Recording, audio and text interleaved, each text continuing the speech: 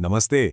आज हम इंजीनियरिंग के एक ऐसे जबरदस्त टूल को समझने वाले हैं जो मॉडर्न इंजीनियर्स के लिए सच कहूं तो किसी जादू की छड़ी से कम नहीं है। हम बात कर रहे हैं फाइनाइट एलिमेंट मेथड की। चलिए एक सवाल से शुरू करते हैं।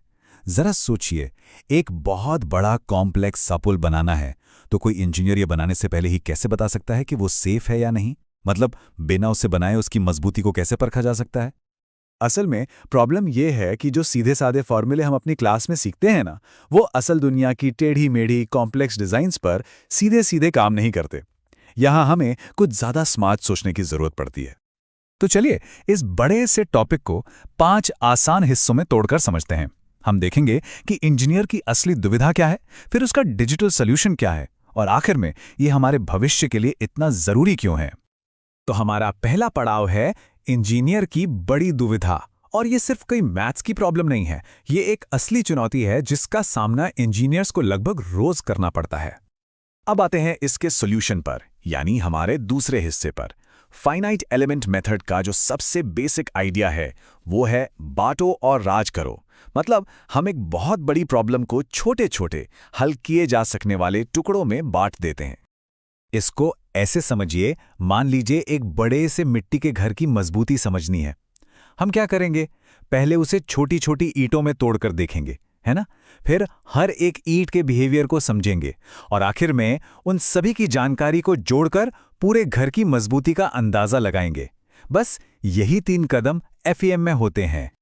तो ये जो पहला कदम है, यानी एक बड़े स्ट्रक्चर को छोटे छोटे टुकड़ों या एलिमेंट्स में तोड़ने का प्रोसेस, इसे हम टेक्निकल भाषा में डिस्क्रीटाइजेशन कहते हैं।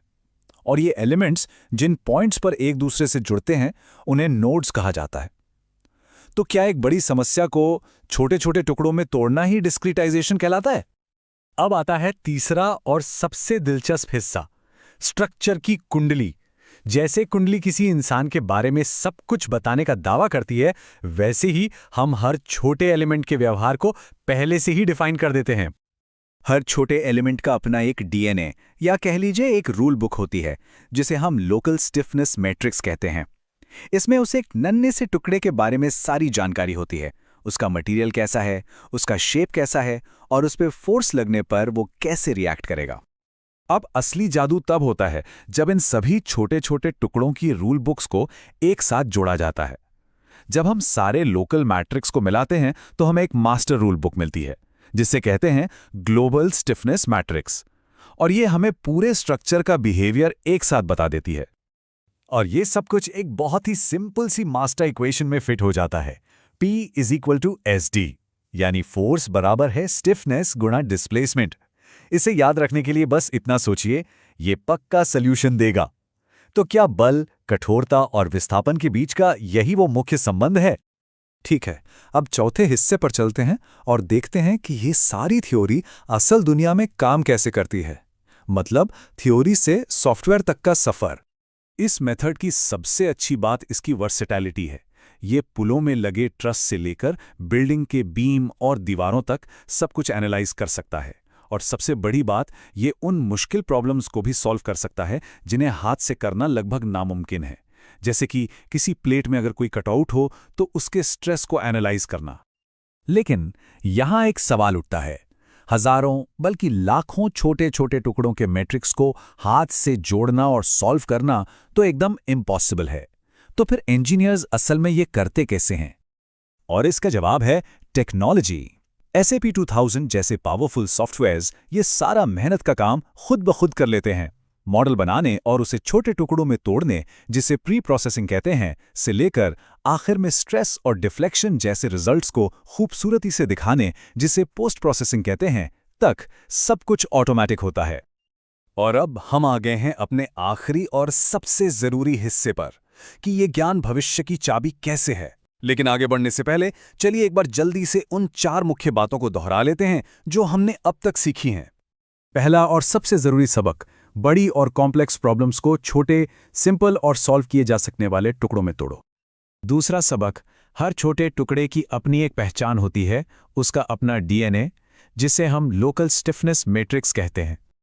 तीसरा सबक, इन सभी छोटे टुकड़ों की जानकारी को एक साथ जोड़कर यानी असेंबल करके हम पूरे स्ट्रक्चर के बिहेवियर को समझ सकते हैं। और चौथा सबक, SAP 2000 जैसे मॉडर्न सॉफ्टवेयर इस पावरफुल थियरी को एक प्रैक्टिकल हकीकत बनाते हैं जिसका इस्तेमाल हम असल दुनिया में कर सकते हैं। असल में फाइनाइट एलिमेंट मेथड सिर्फ प्रॉब्लम सॉल्विंग का टूल नहीं है, ये इंजीनियरों को आने वाले कल की दुनिया को डिजिटली इमेजिन करने और उसे पूरी सुरक्षा के साथ बनाने की ताकत देता है। FEM में महारत हासिल करना सिर्फ एक अकादमिक ज़रूरत नहीं है, ये भविष्य के डिज़ाइन की दुनिया का टिकट है।